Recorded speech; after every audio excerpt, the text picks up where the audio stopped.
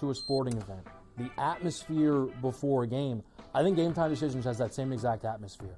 This is our arena.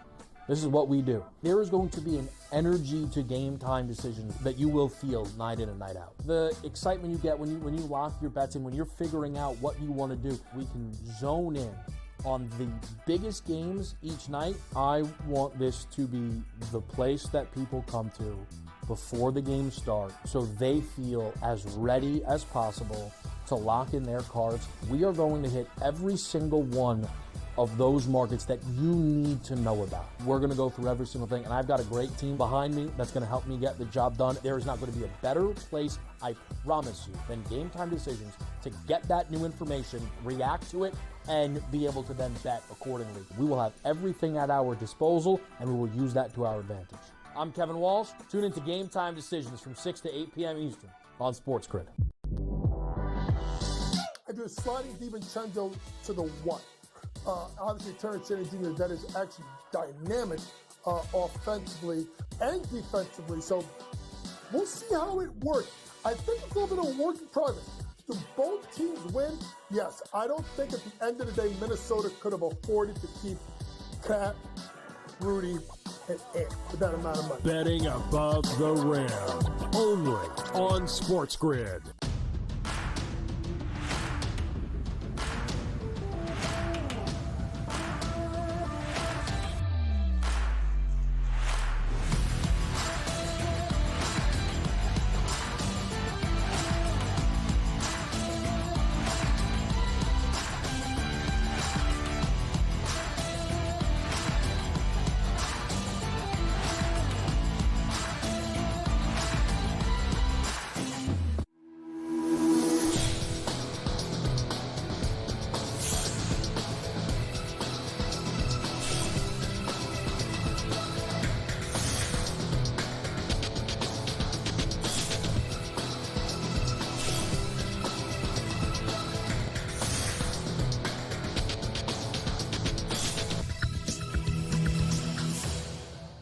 Good morning. Welcome to NewsWire here on SportsGrid. I'm Craig Mish, and boy, do we have some big stories to start off on the show here today. We'll get to that in just a second.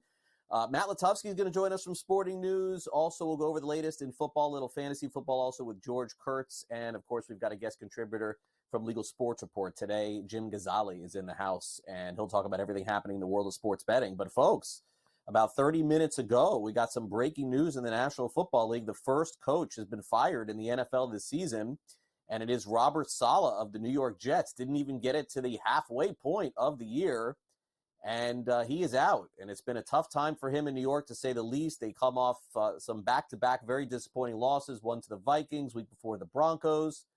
And Saleh's out, former defensive coordinator of the 49ers, spent 4 seasons with the Jets. And the bottom line, folks, is the record. And the record for Saleh as head coach, 20 wins, 36 losses. And that is not going to endear you to anyone in the organization. There's a lot of people pointing fingers today.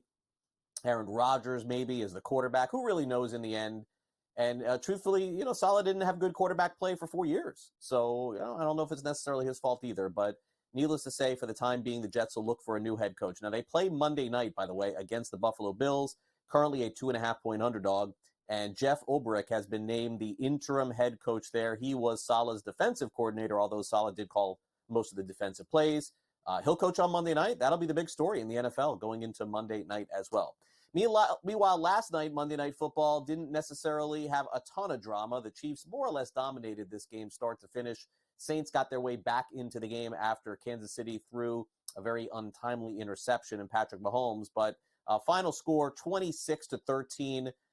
Right now, the big issue coming out of this game is an injury to quarterback Derek Carr, who left the game in the fourth quarter with a couple possessions to go with a hip issue. And they called it an oblique, did not return to the game. He's having tests, and my guess is before the day is done, we'll find out more about that. But needless to say, one of the highlights of the game was Travis Kelce with yet another lateral to accomplish more things offensively. This is something that the Chiefs have been doing quite a bit. And who knew? Andy Reid, the head coach, said that Kelce has been practicing that lateral each and every week in practice. Yeah, no, we do it every day. And he does a great job the decision to do that or not do it.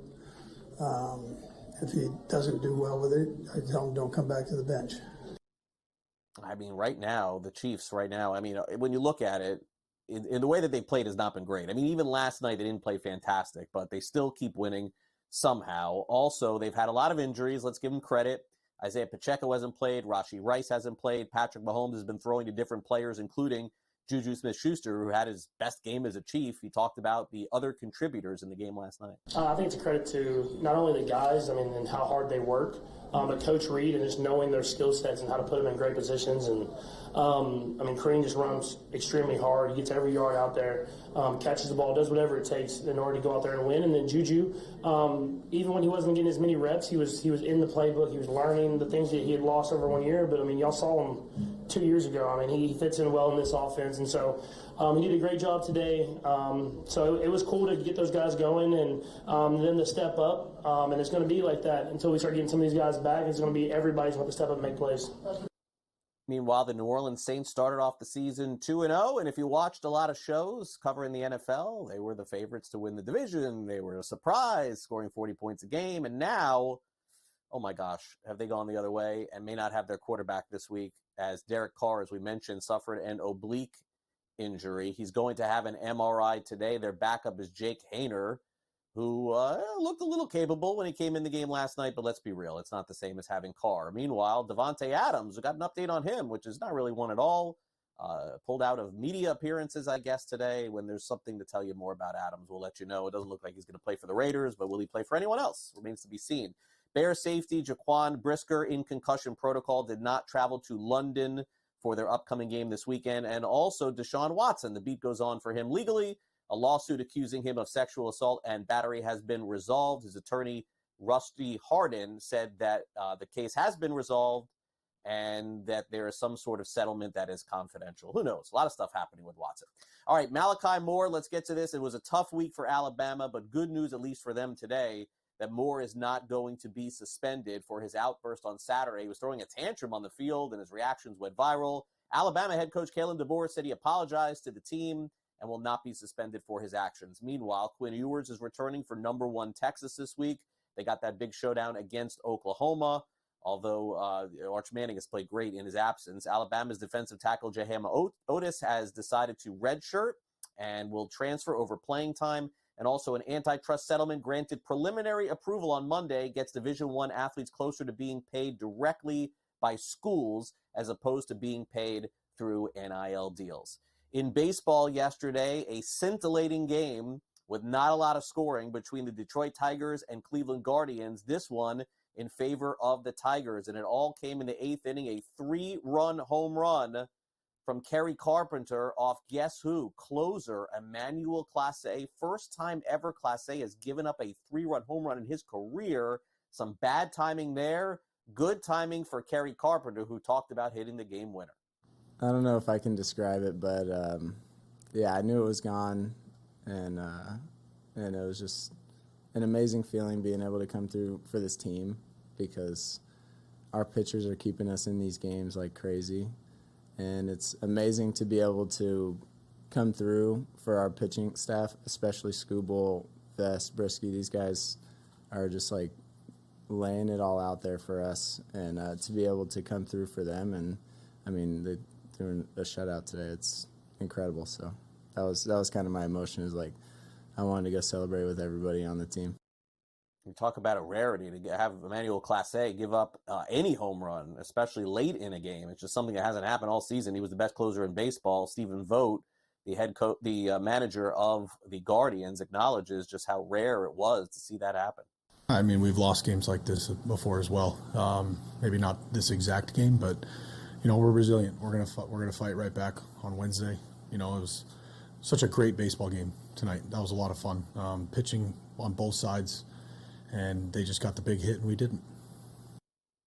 Right now, no big hits for the Yankees. Should this be a surprise? How many postseasons in a row do we have to see this happen? Yesterday, the Kansas City Royals beat the Yankees in the Bronx 4-2. Series is tied. Heading back to Kansas City, some big struggles offensively for New York. It's been the story year after year after year. The story for the Royals right now has been Salvador Perez has been coming up with some really big hits as his manager, Matt Quartaro. Yeah, it's enormous. You cannot put a number on what he does out there for us in every aspect, whether that's, in the clubhouse, on the field, clearly as a player. But yeah, he's got a great feel for the game. He understands the moment. He understands when he needs to say something, when he doesn't need to say something. He and I have grown our relationship tremendously. It's a real joy to be around him on an everyday basis. Good season for the Royals and Quartaro as they head back to Missouri. Meanwhile, Aaron Boone, feeling the pressure, no question, knows that the season and the series is on the line in Game 3. We got to win 2 more, so, as crucial as that. So,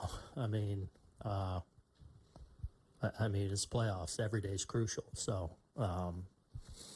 hopefully we, regroup tomorrow and go take care of Game 3. That's the next thing in front of us.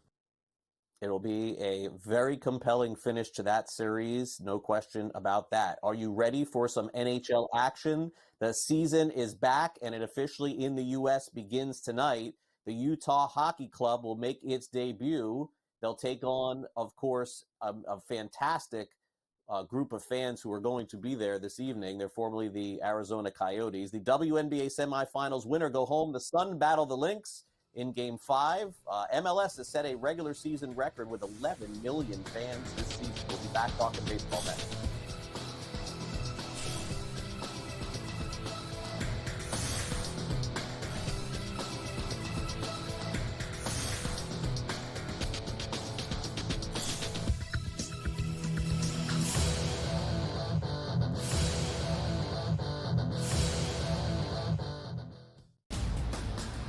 He already has more than 1,000 yards. The last 3 running backs to win the Heisman, Derrick Henry, Mark Ingram, Reggie Bush, did not have more than 650 in their opening 5 games of the year.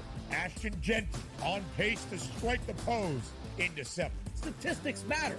Blow every record out of the water, and he will be a Heisman. Disgraceful performance by the head coach, Gene. The Early Line, only on SportsGrid. Right here with you on Pro Football Today on SportsGrid. Odds in motion, trying to see what lines have moved throughout the week. Never felt more comfortable in this set than I do for this year. I'm ready. I'm just getting the hot takes are going to be here all long, people. What in the world is going on in Miami, guys? It's not particularly anything to shy away from just because many people are on top of it. Hot take, hot take. I think this line is asking you once again to take the room. Pro Football Today, only on SportsGrid. I do a sliding DiVincenzo to the 1. Obviously, Terrence Jr., that is actually dynamic offensively and defensively. So we'll see how it works. I think it's a little bit of a work in progress. Do both teams win? Yes. I don't think at the end of the day, Minnesota could have afforded to keep Cat, Rudy, and Ant for that amount of money. Betting above the rim, only on SportsGrid. I do think they come back, and I think they win this game, but they've got to do it decisively. I think they've got to get that confidence back because they went out there, and like I said earlier, Kentucky almost beat Georgia. Kentucky almost did beat Ole Miss, and I think what you're going to see in this conference, if you don't play well and you're a top 10 team in the SEC, you're going to get knocked out by one of those top 25 teams in the SEC if you're not ready to play. Powered by SportsGrid.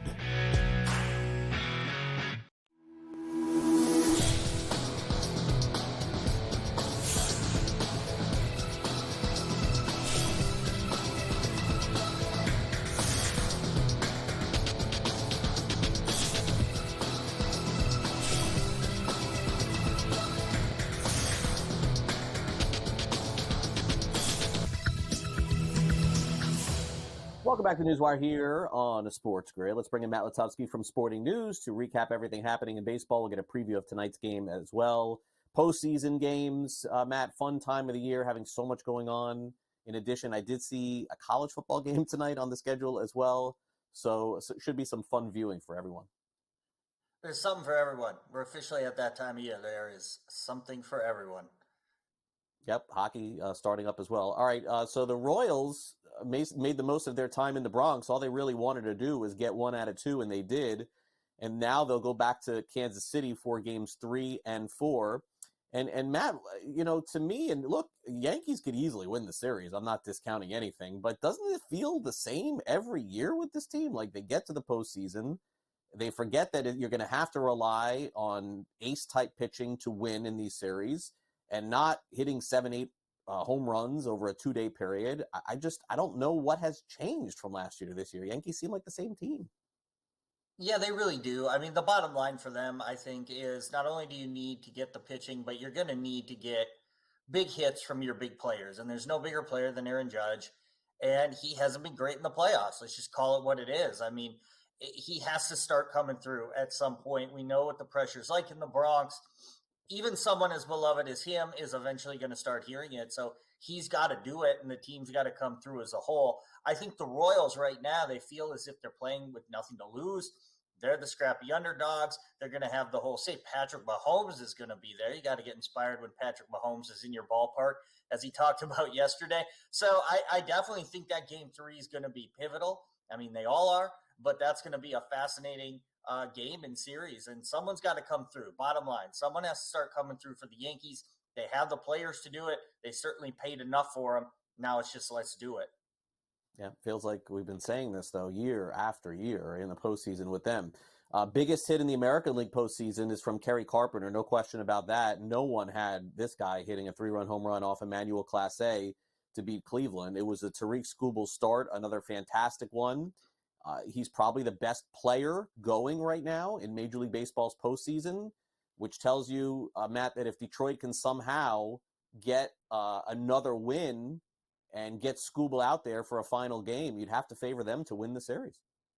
Yeah, I think we're at that point with him where people are looking ahead and they say, okay, if we lose, we're going to have to face him again, and then we're in a lot of trouble. I think, that's when a pitcher, especially someone who only plays every 5 days, can really, outgrow and really earn the value.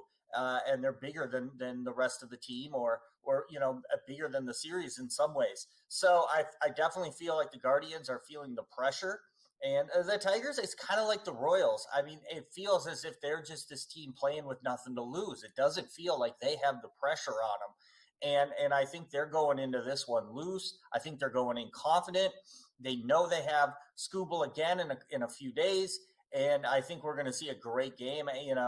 You played the clip last segment where Vogt was just talking about how it was a fantastic baseball game, and it truly was yesterday. And I think we're going to see more of those from these two teams.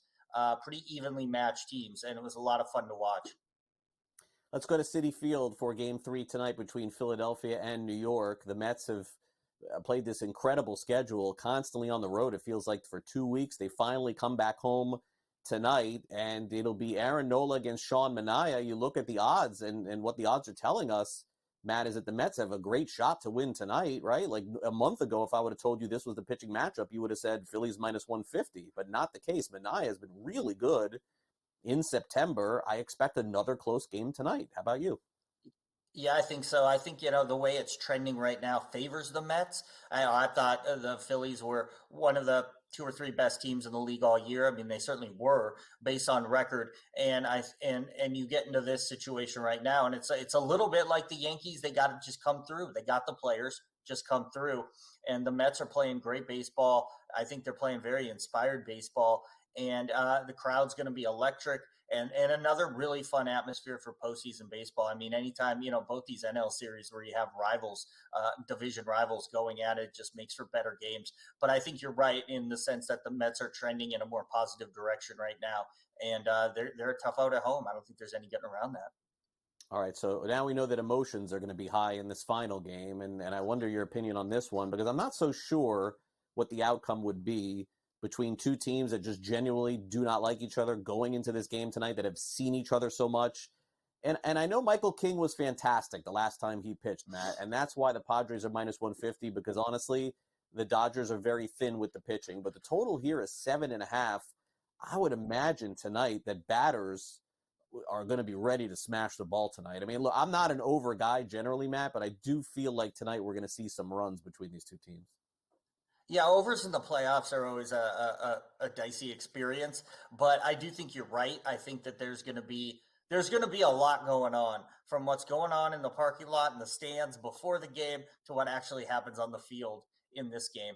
And I don't think there's any question that these teams, they genuinely don't like each other. And you had a lot of, Dave Roberts is making accusations. Obviously, we know what the deal is with Profar and how people feel about him and Dodgers fans. So I just think going into this game, when you have teams with this many talented hitters, as good as the pitching's been for these two teams for much of the playoffs, I think we're going to see the bats come out. I think, Shohei Ohtani's got to show up too. He had the big hit in the first game. And it's like when you're Aaron Judge, when you're the best players on a team, you got to start coming through in the biggest spots. And we've been waiting for Ohtani to get to this moment now for his entire career. He delivered in his first game. Yeah, he took a step back, and now we'll see if he can deliver again, because, this is what it's all about. This is how you go from being, oh my gosh, what a great player, this is incredible, to going even beyond that. So he has the opportunity, and I like the Dodgers for that reason. Yeah, it should be a fun game tonight, and a lot of emotions in that game as well. Matt, thanks again for coming on NewsWire. Really appreciate it. All right, I appreciate it. All right, Matt Lutovsky with us. Just recapping our top story. The New York Jets have fired their head coach, Robert Saleh. He is out, and they play Monday night against the Buffalo Bills. So stay tuned to see how the Jets respond to that. We'll be back with the Sports Grid sound off after these quick messages on NewsWire. Don't go away.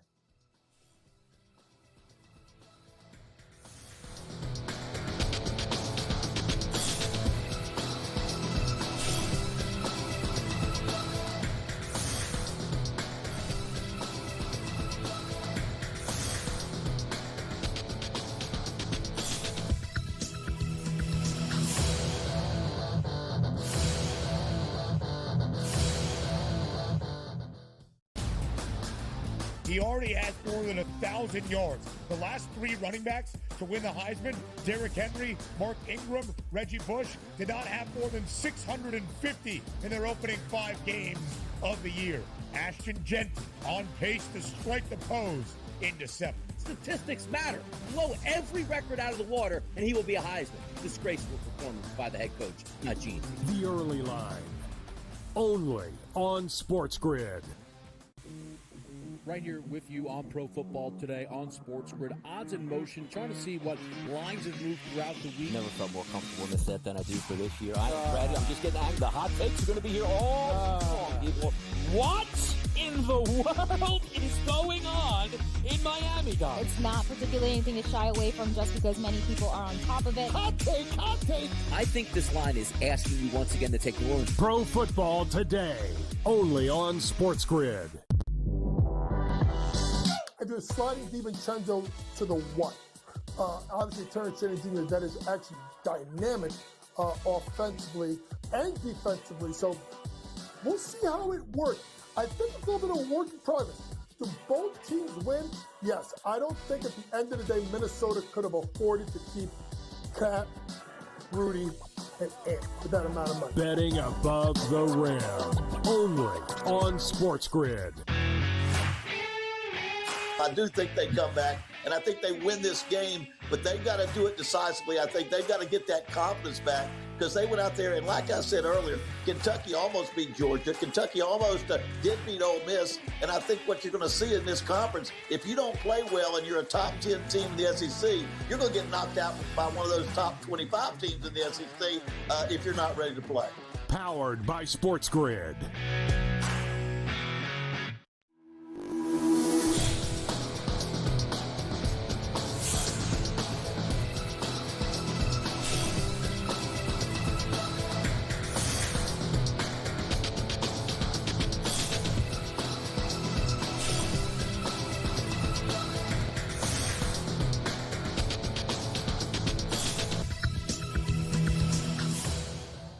Welcome back to the NewsWire here on SportsGrid. It's time now to dive into some of the hot topics surrounding social media, things that are trending. A little baseball, as we are really heading toward the big part of baseball's postseason. It's time now for the SportsGrid sound off.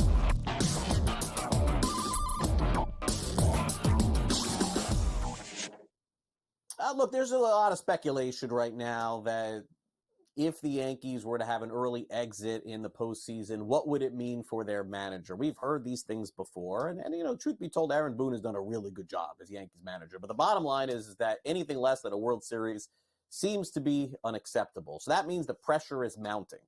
The Yankees right now are tied with the Royals, 1 game apiece as they head back to KC for the decisive Game 3. And Aaron Boone, the manager of the Yanks, says, no question, it's the playoffs. There's pressure. I mean, that's what everyone deals with in the playoffs. It's not just us. That's playoff baseball. It's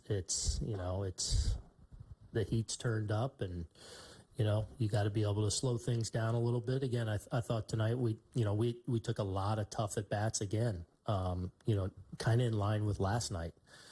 Reagan's is really tough. We knocked him out of there after 4 just because we're patient and having quality at bats. We just couldn't punch through tonight again, really break something open or put one in the seats to where, we throw a crooked number up there. So, but they have a lot to do with that too. And some of the pitchers they run out at you, but tonight was close, but not good enough. Yeah, I think right now the pressure is probably the highest it's ever been on Boone and the Yankees. We'll see what happens in Game 3. Meanwhile, no pressure at all pitching in the 9th inning, right, in Major League Baseball. But how about the 8th inning? A little bit different for Emmanuel Clase, who was asked to come in and get 6 outs for the Guardians. Unfortunately, he did not get that job done. After the game, after giving up the game-winning home run to Kerry Carpenter, he was asked if there was a difference pitching in the 8th inning as opposed to the 9th. How unusual was it for you to come in the 8th inning?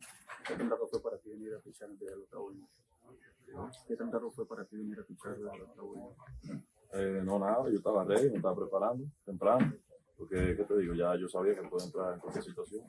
I mean, it's normal. I was getting ready earlier because I know in this type of games you can come in any situation. Were you comfortable in that situation? Sí, por eso no hay problema, ¿me entiendes? Cualquier línea que me meta, yo estoy dispuesta a resolver. That's no problem. Wherever the team needs me, I'm ready to resolve. Did the command feel the same? Did the commander se sintió igual? No, en verdad no me sentía tan cómodo. ¿Qué te digo? Para llevar de pichero. Y eso costó, ¿verdad? Not really. I missed some pitches. I missed to execute some pitches, and I felt that's the result of the game.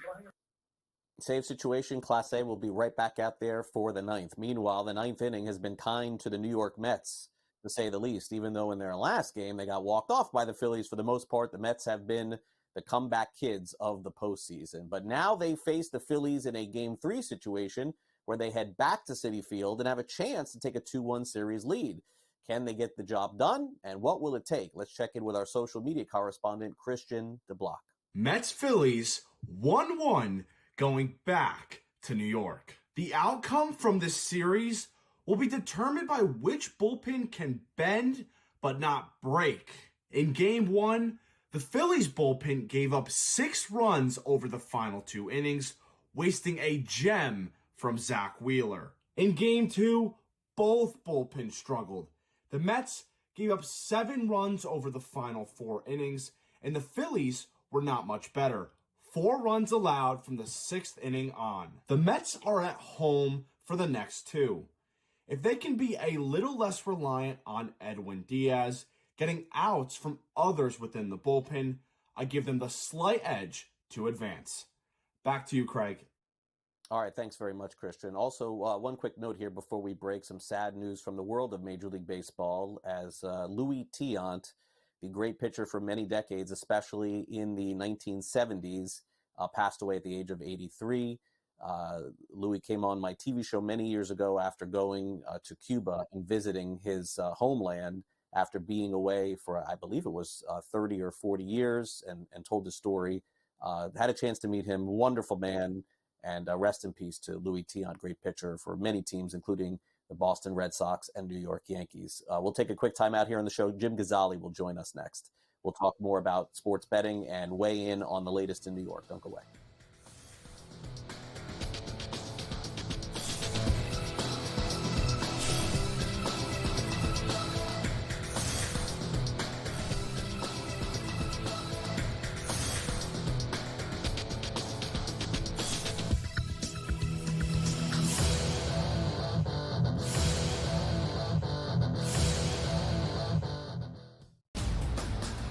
He already has more than 1,000 yards. The last three running backs to win the Heisman, Derrick Henry, Mark Ingram, Reggie Bush, did not have more than 650 in their opening 5 games of the year. Ashton Genty on pace to strike the pose in December. Statistics matter. Blow every record out of the water, and he will be a Heisman. Disgraceful performance by the head coach, not Gene. The Early Line, only on SportsGrid. Right here with you on Pro Football Today on SportsGrid. Odds in motion, trying to see what lines have moved throughout the week. Never felt more comfortable in this set than I do for this year. I'm just getting angry. The hot takes are going to be here all summer, people. What in the world is going on in Miami, Dom? It's not particularly anything to shy away from just because many people are on top of it. Hot take, hot take. I think this line is asking you once again to take New Orleans. Pro Football Today, only on SportsGrid. I do a sliding DiVincenzo to the one. Obviously, Terrence Shannon Jr., that is actually dynamic offensively and defensively. So we'll see how it works. I think it's a little bit of a work in progress. Do both teams win? Yes. I don't think at the end of the day, Minnesota could have afforded to keep Cat, Rudy, and Ant with that amount of money. Betting above the rim, only on SportsGrid. I do think they come back, and I think they win this game, but they've got to do it decisively. I think they've got to get that confidence back because they went out there, and like I said earlier, Kentucky almost beat Georgia. Kentucky almost did beat Ole Miss, and I think what you're going to see in this conference, if you don't play well and you're a top 10 team in the SEC, you're going to get knocked out by one of those top 25 teams in the SEC if you're not ready to play. Powered by SportsGrid.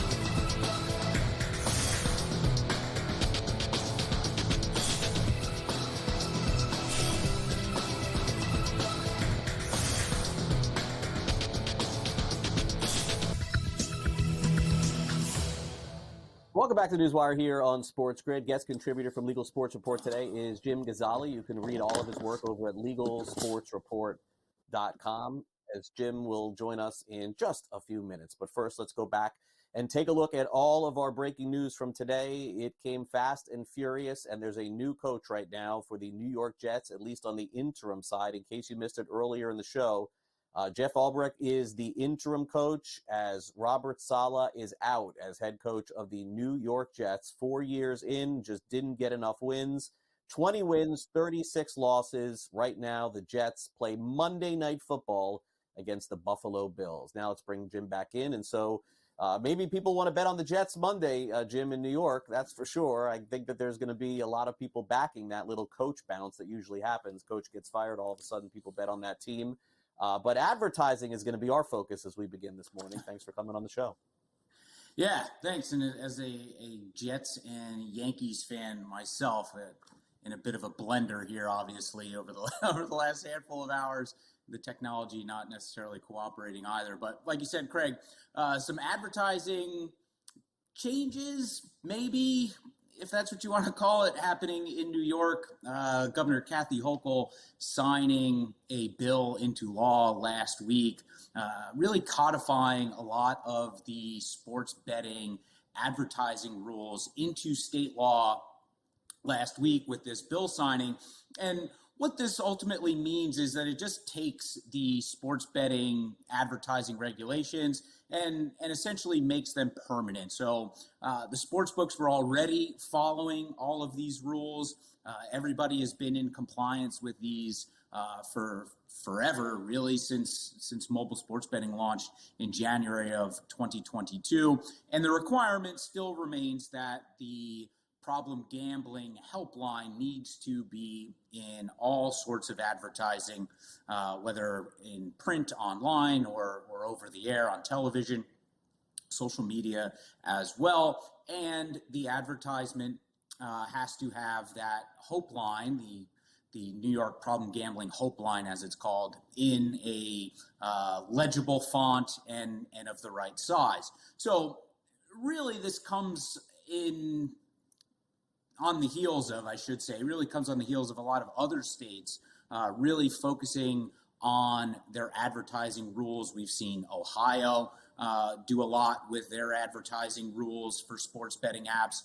We've also seen Massachusetts do a lot with their advertising rules as well. And even so, Craig, like we've talked about over the last couple of months a few times, there's now federal legislation that is putting sports betting advertisements under the microscope with that Safe Bet Act from New York Congressman Paul Tonko that wants to limit where sports betting ads can be placed and at what times they can be shown to potentially avoid any underage audiences. So certainly not a huge change in New York, but sports betting regulations around advertisements now made permanent in state law, Craig.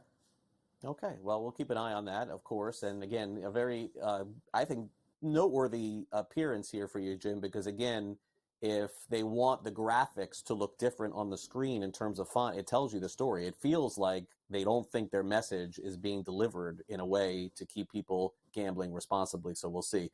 Meanwhile, this shouldn't be a huge surprise. Football comes back. Yankees and Mets both in the postseason, and New York's betting numbers are up. But again, maybe we could just correlate it to the most active sports betting time of the year. It is football season, Jim. I don't know how else to say it. Yeah, I think you're absolutely right, Craig. $516.8 million was bet in New York for the week ending September 29th. And the interesting thing that happened that week was that ESPN Bet launched in the New York market. Now, albeit they did not offer any promotional sign-up bonus. Now, if you recall, when they launched in their more than a dozen markets initially back in November, when the ESPN Bet branding took over for the Barstool Sportsbook, they were giving out promo dollars left and right, and Penn Entertainment CEO Jay Snowden even said at an earnings call following that November launch elsewhere that they ended up spending a lot more and giving away a lot more than they had originally anticipated. So ESPN Bet launched in New York during that final week of September. So in the 3 days that ended that week, September 27, 28, and 29, $3 million was bet on the ESPN Bet app in New York. Now, of course, absolutely an incredibly small snapshot that we're seeing, just that $3 million as a piece of that $517 million bet during that week. We'll get a better picture, a better idea in the next coming weeks and days, really, even as New York does put out that weekly report. We'll see that late Thursday, early Friday to see how that first full week went for ESPN Bet. But ultimately, that one singular week in the market as a whole, one of the largest since March, when we had March Madness. So to your point, Craig, I think a lot of that big number, nearly $517 million, has a lot to do with just the time of year. College football's in full force. The NFL's in full force. So ESPN Bet launching in the midst of that, $3 million bet on their app in just 3 days during that final week in September. And we'll see what the future holds for them as we get more data coming in here in the next couple of days and weeks. Yeah, no, and I think that New York in particular is the one state to watch as it regards to all of the action that's going on there, and one that I wouldn't have anticipated having these kind of numbers. On the flip side, Jim, would be Kentucky, $3 billion in their first year, including some very eye-opening retail numbers. And that, for people who are unfamiliar, that means in person, people showing up to bet in person, Jim, gives hope for other states that, maybe are just like dabbling with the idea of maybe having an online and retail market. This should give them some hope. Yeah, and certainly some pretty decent numbers coming out of Kentucky that we saw through their first, we'll call it their first full year of sports betting. $147 million bet in August. That brought them just shy of $3 billion for those first 12 months. Now, the retail, the in-person sports betting, which launched last year on September 7th, the same day that the NFL season kicked off. Churchill Downs in Louisville, obviously big population center in the state. They were the most popular retail sports book with just over $35 million in wagers. And what was interesting about that, to me at least, was that they shut that sports book down for a handful of weeks around the Kentucky Derby so they could, bring in some additional paid seating options to the Derby weekend event. So I'm pretty sure that sportsbook was closed for at least 2 weeks, if not more, during that first 12 months. So $35 million, a little bit more than $35 million in bets for Churchill Downs as the most popular retail sportsbook in Kentucky during those 12 months. And then on the online side, DraftKings, they led the online market with nearly $900 million in bets. And as you recall, Craig, the online market in Kentucky didn't open until September 28th last year. So really 11 full months for the online side, 11 months plus, we'll call it. So we'll see what this first month of September brings with the NFL betting for them, that first full month of NFL betting on the online side in Kentucky. We'll see that in the next couple of weeks. But yeah, overall, pretty positive, close to $3 billion in bets for that Kentucky market for their first 11, 12 months there. Yep, not just horse racing, a lot of other sports being bet in the Bluegrass State as well. Jim, great to catch up with you, and we'll see you tomorrow here on the show. Thanks, Craig. All right, each and every Saturday, me and George Kurtz are breaking down the latest in fantasy football and helping you get ready for the upcoming week. You know what? We're going to do it again here today. Hit the waiver wire next. Don't go away.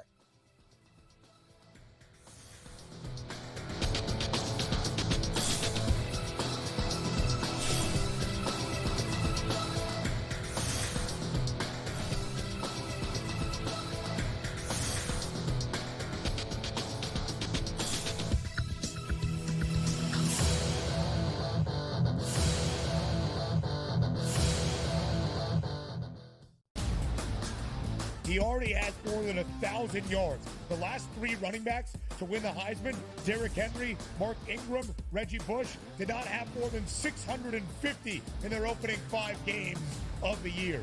Ashton Genty on pace to strike the pose in December. Statistics matter. Blow every record out of the water, and he will be a Heisman. Disgraceful performance by the head coach, not Gene. The early line, only on SportsGrid. Right here with you on Pro Football Today on SportsGrid. Odds in motion, trying to see what lines have moved throughout the week. Never felt more comfortable in this set than I do for this year. I'm just getting angry. The hot takes are going to be here all long, people.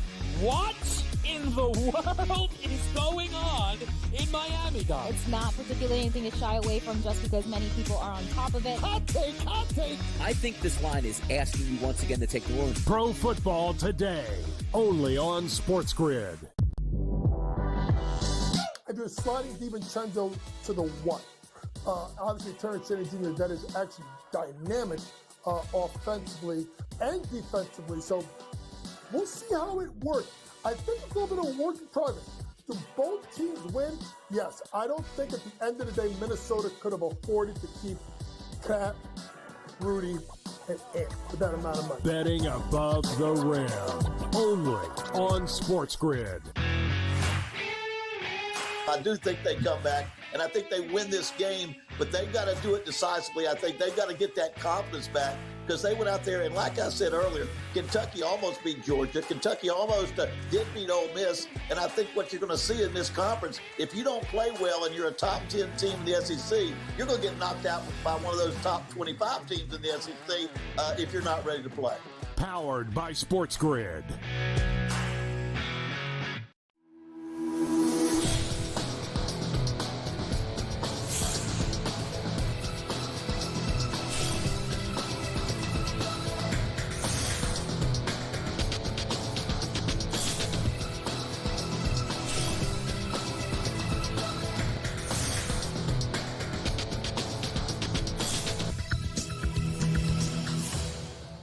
Welcome back to NewsWire here on SportsGrid each and every Saturday morning, 7 a.m. to 9 a.m. Eastern. You can catch me and George Kurtz breaking down the latest in fantasy football. And we thought we would bring George Kurtz in because it's a big week on the waiver wire. See if we can give you some tips and get ahead of it. George, great to have you back here on NewsWire. What's going on?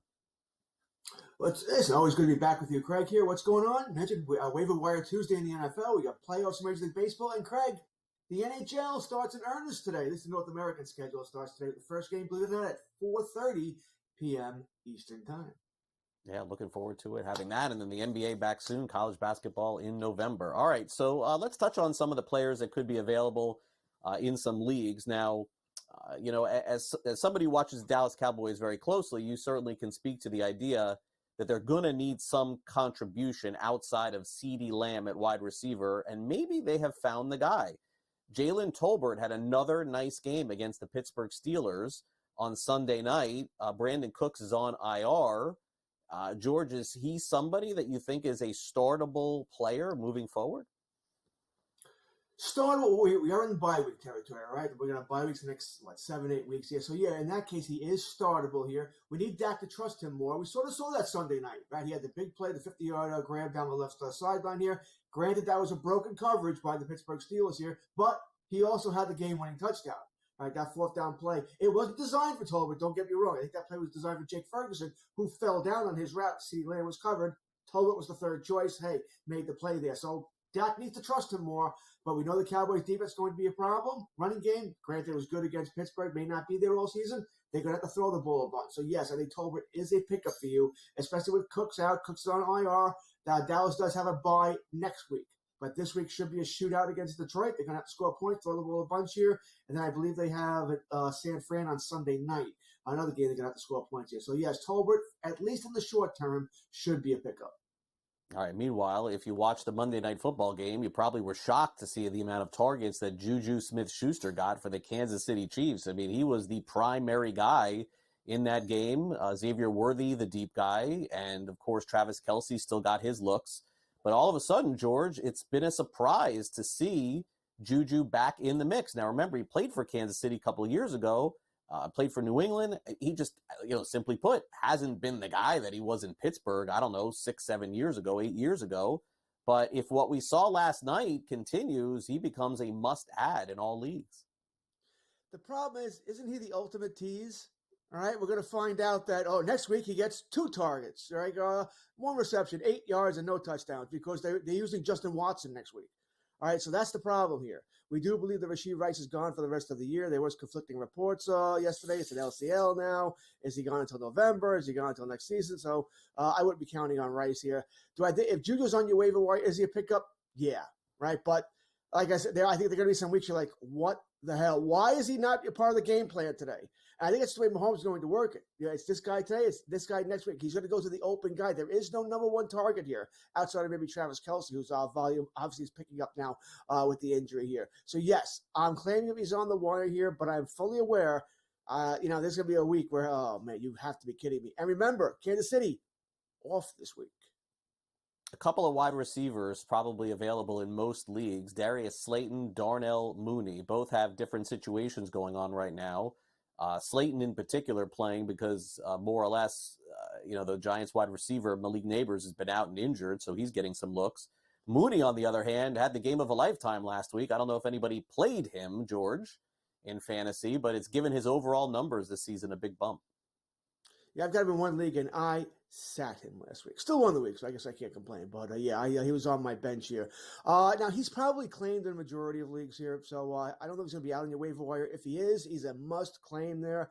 We're seeing Kirk Cousins get much better as the season goes along here. He trusts that Achilles. Now he's stepping into his throw, and this team can move the football here. So, yeah, Mooney's an absolute claim and a starter, by the way. Not only are you claiming he's not someone who's going to ride your bench. He's starting for you more than likely here. Good really good play. We thought this way he might be this kind of player in Chicago. Didn't work out. It's working out in Atlanta, so he's someone you definitely want. As with Darius Slayton, yeah, his volume definitely ticked up last week because no Malik Neighbors. I do expect Neighbors to play this week. That being said, they're playing Cincinnati. We expect a shootout. Granted, I expected that on Sunday, too, in Seattle. It didn't quite happen there, but we expect a shootout here. I think Slayton still has value for you. He's not an every week starter. You're going to need the right kind of opportunities here, but this week's Sunday Night Football, I almost said the Meadowlands, at MetLife, should be a pretty good opportunity for Slayton. Yeah, Cincinnati's having problems stopping anyone. Starting anyone at tight end has been almost impossible this fantasy season. I guess anyone that catches passes in the NFL as a tight end and is not blocking is worth adding. Cade Otton has 148 yards on the season. I mean, George, it's hard to recommend anybody with these sort of numbers over the first several games of the year. But what can you do? There's no one else to pick up. Well, you already said tight end is anybody with a heartbeat might have some value at tight end, right? And with the bye weeks too, we're losing people. So no Travis Kelce this week. Hawkinson could be back, by the way, but Minnesota is off this week. But he should be back the week after, so we're going to get him back in the mix here if he's on the waiver wire because your league forgot about him there. Otten is a lower-ranked tight end, but Mayfield is throwing the ball up and down the field here. They played New Orleans this week. Lattimore generally takes Evans out, or at least keeps Evans in check here. So Otten could be a one-week play. I'm not looking to start him multiple weeks here, but he could be a one-week play for you here. Ingram, we think he's playing this week. That was the ultimate tease, right? He's coming back. Oh, no, he's not coming back. Sorry, just kidding there. But we did have a Mark Andrews sighting. We had a Mark Andrews sighting, Craig, right? By the way, if you watch that, that should have been a touchdown. A good throw by Lamar Jackson. That's a walk-in touchdown. He threw it low and ended up being out at the 1 yard line. But on the next play, when they scored the touchdown, we saw the throw. If you really couldn't tell from the angle, you saw an 8. You knew it was a tight end. And it's 80, not 89. So we got teased again here. Annoying. Yep. Hottest pickup in all of fantasy this week will be Tyrone Tracy. He looked great for the Giants, but, remember, Devin Singletary was close to playing last week. He was questionable, then doubtful. Has Tracy earned himself a role? I know he'll be the number one pickup this week, but if he doesn't play, then you've wasted, budget to pick someone up or a waiver spot. I think he has earned himself a role. I think maybe a thunder and lightning situation, Singletary and Tracy. Most teams do that anyway, right? And Tracy at least could be the goal line guy. So maybe we can look at it that way. All right, George. Thanks for coming on. Anytime. My pleasure. We'll wrap it up next.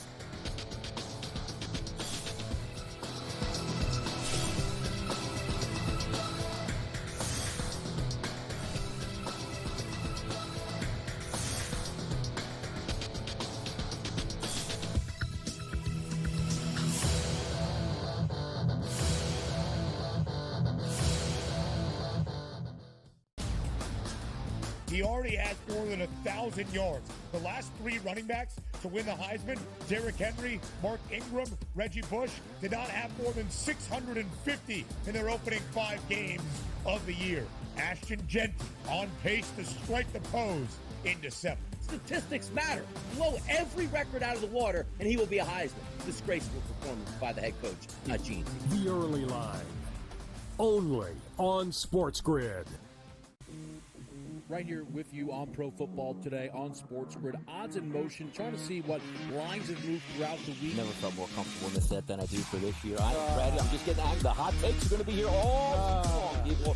What in the world is going on in Miami, guys? It's not particularly anything to shy away from just because many people are on top of it. Hot take, hot take. I think this line is asking you once again to take New Orleans. Pro Football Today, only on SportsGrid. I do a sliding DiVincenzo to the 1. Obviously, Terrence Jr., that is actually dynamic offensively and defensively. So we'll see how it works. I think it's a little bit of a work in progress. Do both teams win? Yes. I don't think at the end of the day, Minnesota could have afforded to keep Cat, Rudy, and Ant for that amount of money. Betting above the rim, only on SportsGrid. I do think they come back, and I think they win this game, but they've got to do it decisively. I think they've got to get that confidence back because they went out there, and like I said earlier, Kentucky almost beat Georgia. Kentucky almost did beat Ole Miss, and I think what you're going to see in this conference, if you don't play well and you're a top 10 team in the SEC, you're going to get knocked out by one of those top 25 teams in the SEC if you're not ready to play. Powered by SportsGrid.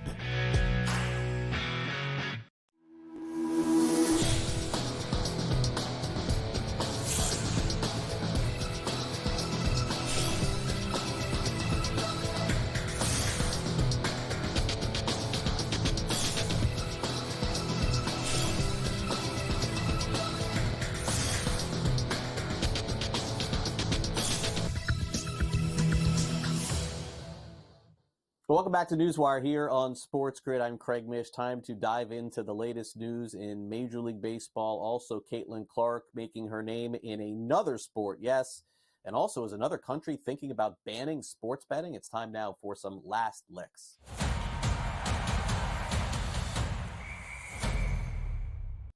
All right, let's begin with Caitlin Clark of the Indiana Fever, arguably the most popular basketball player right now in the world. Men, women, anything. I mean, she is a needle mover, and guess what? She's taken on some golf here. As of right now, this is not going to be televised, but it looks like she's going to be playing on the Annika Sorenstam Invitational coming up, LPGA. They're saying that as of right now, there's no idea to video this thing.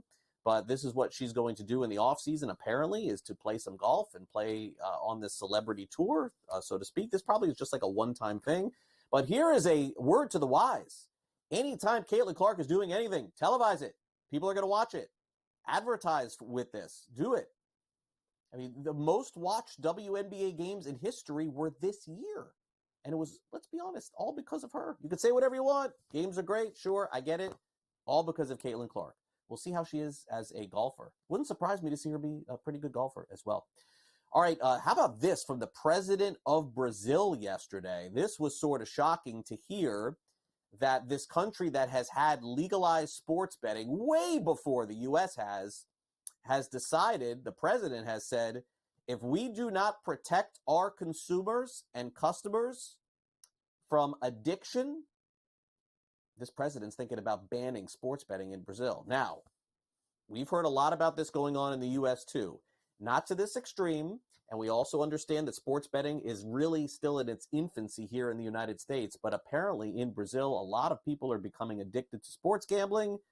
This is not a new story, and the president said if we don't do a better job of making sure that we're taking care of the people who are betting and preventing these people from becoming addicted, which is not easy, he's thinking about banning it.